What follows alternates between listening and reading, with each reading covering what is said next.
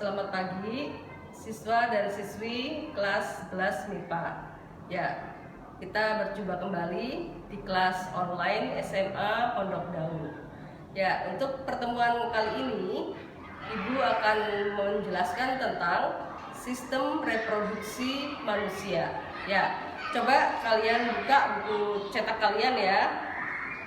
Coba kalian buka halaman 236 ya. Kebetulan untuk sistem reproduksi manusia itu ada di bab 9 ya. Ya, sudah dibuka ya. Jadi, tapi Ibu nanti akan menjelaskan melalui poster ya. Nanti kalian bisa cocokkan dengan buku cetak kalian. Ya. Coba kalian perhatikan posternya ya. Ya. Sistem reproduksi manusia. Nah, untuk pertama kali Ibu akan menjelaskan tentang alat reproduksi pria. Ya, alat reproduksi pria itu, ya kamu bisa lihat di halaman 236 juga sama ya gambarnya ya. Ya, di sini terdapat dua organ, dibagi dua organ eksternal dan organ internal. Organ eksternal itu terdiri dari penis dan skrotum. Ya, bisa kamu lihat gambarnya. Organ eksternal berartinya tuh organ luar ya. Kalau organ internal itu artinya organ dalam. Organ eksternal ya, ini penis dan ini skrotum. Skrotum itu adalah suatu lapisan yang melapisi testis ya. Ya. Sekarang Ibu akan menjelaskan tentang organ-organ dalam. Organ dalamnya yang pertama adalah testis. Nah ini terdapat jumlahnya satu pasang, merupakan kelenjar yang menghasilkan sperma dan hormon testosteron, berada dalam kantong skrotum. Ya, organ yang kedua adalah epididymis. Epididymis jumlahnya juga satu pasang, merupakan saluran yang berkelok-kelok yang berfungsi sebagai tempat menyimpan sementara dan pematangan sperma. Organ yang ketiga adalah vas deferens. Ya, bisa kamu lihat ini vas deferens. Ya, jumlahnya juga satu pasang, merupakan saluran lurus yang menghubungkan epididymis dan uretra. Organ yang keempat, ini bukan yang keempat, ini bukan organ ya, tapi adalah kelenjar. Jadi di alat reproduksi pria itu terdapat 3 kelenjar ya. Kelenjar vesicula seminalis, kelenjar prostat, dan kelenjar Cowper atau bulbo uretralis. Ya, Ibu akan menjelaskan kelenjar yang pertama ya, kelenjar vesicula seminalis atau yang sering disebut dengan kantong semen. Jumlahnya juga satu pasang. Ya, kelenjar vesicula seminalis. Oh, di sini. Ya, lokasinya di sini ya. Kelenjar vesicula seminalis. Fungsi dari kelenjar vesicula seminalis adalah untuk menyekresi cairan yang menyumbang 60% total volume semen. Cairan ini bersifat basah, kaya akan fruktosa, asam askorbat, dan asam amino untuk memberi makan sperma. Kelenjar yang kedua adalah kelenjar prostat, jumlahnya satu buah. Kelenjar prostat, nah di sini. Ya, di sini lokasi dari kelenjar prostat ya. Ya, fungsi dari kelenjar prostat adalah menghasilkan cairan yang bersifat basah, yang encer, berwarna putih susu, mengandung antikoagulan dan sitrat. Berfungsi untuk menetralkan asam pada uretra dan vagina sehingga sperma bisa aktif bergerak. Kelenjar yang ketiga adalah kelenjar bulbo uretralis atau kelenjar Cowper. Ya, ini kelenjar bulbo uretralis. Nah, letaknya di sini ya, agak nyempil ya. Ya, jumlahnya satu pasang, menghasilkan lendir bersifat basah yang akan menetralkan urin asam yang masih tersisa di uretra. Nah, setelah itu baru organ yang terakhir adalah uretra.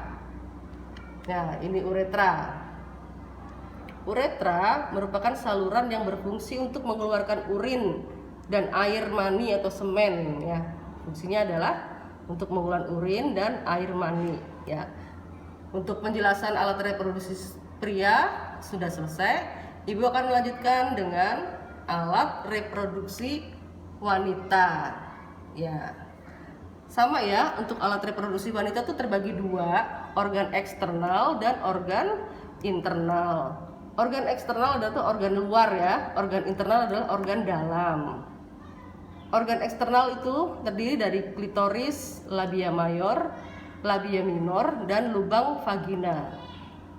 Tapi kebetulan organ eksternal di sini gambarnya tidak digambarkan ya, hanya internalnya saja. Ya, untuk organ internal yang pertama ovarium. Ovarium ini jumlahnya satu pasang ya. Nih, ovarium jumlahnya satu pasang kanan dan kiri. Ya, di dalamnya terdapat banyak folikel. Di dalam sini banyak folikel ya. Itu penghasil sel telur atau ovum, hormon estrogen, dan nutrisi untuk sel telur, serta corpus luteum atau penghasil hormon estrogen dan progesteron. Ya, di dalam ovarium ini banyak sekali folikel-folikelnya. Organ yang kedua adalah tuba fallopi atau nama lainnya oviduk. Ya, ini bentuknya saluran ya, kanan dan kiri. Jumlahnya satu pasang, menyalurkan ovum ke rahim dengan gerakan peristaltik dan bantuan gerakan rambut pada dindingnya, berbentuk corong dengan ujung berambut atau fimbria, untuk menangkap sel telur dari ovarium. Panjangnya sekitar 12 cm. Organ yang selanjutnya adalah uterus atau rahim. Nah, ini rahim, kalau pasti tahu lah kalau rahim ya. Tapi kalau uterus mungkin kalian ini ya belum. Uterus apa? Uterus itu adalah nama biologi dari rahim yang sering kamu dengar-dengar itu rahim ya. Ini rahim ya, tempat. Nah, rahim itu jumlahnya satu buah, tempat berkembangnya embrio atau janin, juga menjadi tempat terjadinya menstruasi jika tidak terjadi pembuahan. Terdiri atas 3 lapisan, yaitu ini lapisan paling luar namanya perimetrium, lapisan yang tengah namanya myometrium, dan lapisan yang dalam namanya endometrium. Ya, panjang rahim kira-kira 7,5 cm dengan lebar 5 cm. Dan selama kehamilan bisa mengembang 500 kali. Maksudnya jadi melar ya. Kamu tahu kan kalau bayi udah umur 9 bulan pasti ukurannya sudah besar. Nah, ini elastis ya, jadi bisa mengembang 500 kali. Organ yang terakhir adalah vagina. Nah, vagina adalah yang paling ujung sini ya. Jumlahnya satu buah, merupakan saluran di bawah uterus sebagai jalan masuknya sperma dan keluarnya bayi pada proses persalinan. Nah, sekarang setelah Ibu menjelaskan tentang alat reproduksi pria dan alat reproduksi wanita, sekarang Ibu akan menjelaskan tentang proses gametogenesis. Ya, jadi proses gametogenesis proses pembentukan gamet ya. Gamet itu ada dua ya.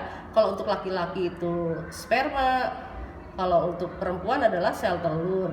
Nah, ini proses pembentukannya namanya gametogenesis, yaitu proses pembentukan, pembelahan, dan pematangan gamet atau sel kelamin. Pada pria itu disebut spermatogenesis. Kalau pada wanita disebut oogenesis. Nah, di sini ada skema ya, gambarnya ya. Ini gambar proses dari spermatogenesis, dan ini adalah skema dari proses oogenesis. Ya, sekarang Ibu akan jelaskan dulu tentang proses spermatogenesis. Ya, yang pertama, sel kelamin primordial berdiferensiasi menjadi spermatogonium. Nah, menjadi spermatogonium yang terletak di dinding bagian luar tubulus seminiferus. Spermatogonium akan mengalami pembelahan mitosis berulang-ulang hingga menghasilkan sperma potensial dalam jumlah besar. Selanjutnya, masing-masing spermatogonium membelah secara mitosis menjadi spermatosit primer. Ya, menjadi spermatosit primer. Jumlahnya ada 46 kromosom dan sifatnya diploid yang akan bergerak ke tubulus seminiferus. Selanjutnya, spermatosit primer bermeiosis menghasilkan 2 spermatosit sekunder. Ya, menghasilkan 2 spermatosit sekunder. Kedua spermatosit sekunder bermeiosis lagi menghasilkan 4 spermatid. Ya. Spermatid mengalami pematangan menjadi spermatozoa tanpa mengalami pembelahan. Ya, kalau sudah tahap akhir ini sudah terjadi yang namanya spermatozoa ya, atau sperma. Ini bentuknya udah kayak kecebong. Kamu pasti tahu lah kalau kamu sering lihat di YouTube atau apa tentang proses pembuahan. Oh, bentuknya sperma tuh seperti ini, kayak kecebong ya. Iya. Nah, sekarang Ibu juga menjelaskan tentang bagaimana proses oogenesis. Oogenesis itu proses pembentukan sel telur ya. Ya, yang pertama, sel kelamin primordial berdiferensiasi menjadi oogonium ya, yang tertutup di dalam folikel dalam ovarium. Selanjutnya, oogonium berkembang menjadi oosit primer, jumlahnya 46 kromosom dan sifatnya diploid. Selanjutnya, oosit primer kemudian bermeiosis menghasilkan 2 sel anak dengan ukuran yang tidak sama. Nah, ini ukurannya tidak sama, yang satu besar, yang satu kecil. Sel anak yang berukuran besar dinamakan oosit sekunder. Sedangkan sel anak yang lebih kecil disebut badan polar. Badan polar akan membelah diri lalu mengalami degenerasi. Selanjutnya, oosit sekunder menuju ke tuba Fallopi. Jika ada sperma yang menembusnya, oosit sekunder akan mengalami meiosis kedua, menghasilkan oosit dan 1 badan polar lagi. Ya. Jika tidak terjadi pembuahan, akan terjadi menstruasi. Oosit akan mengalami diferensiasi menjadi ovum yang matang ya. Nah, ini ovum yang matang nih. Sementara itu badan polar akan mengalami degenerasi. Nah, badan polar yang 3 ini mengalami degenerasi ya, atau diserap kembali oleh tubuh. Jadi tidak dikeluarkan. Yang keluar hanya 1, ovum. Ovum matang lalu melebur dengan inti sperma dan terjadilah pembuahan yang sesungguhnya. Nah, ini yang terakhir Ibu akan menjelaskan tentang proses pembuahan atau fertilisasi. Ya, pertama, sel telur dari ovarium bertemu dengan sperma dari vagina di saluran tuba Fallopi. Lalu, sel telur akan melebur dengan inti sel sperma menjadi zigot. Zigot akan terus tumbuh menjadi embrio yang akan menempel di dinding uterus. Ya, mungkin sekian dulu penjelasan dari Ibu tentang sistem reproduksi manusia. Ya, untuk tugas hari ini, coba kamu lihat buku kamu ya, halaman 200. Tugas hari ini 242. Pengembangan konsep 9.2. Ya, ini perintahnya ya. Kalian telah mengetahui proses oogenesis dan spermatogenesis. Ya, tadi udah dijelasin ya, proses oogenesis sama spermatogenesis. Untuk itu, buatlah skema spermatogenesis dan oogenesis pada kertas HVS, lalu jelaskan skema yang kamu buat. Selanjutnya tuliskan persamaan dan perbedaan spermatogenesis dan oogenesis.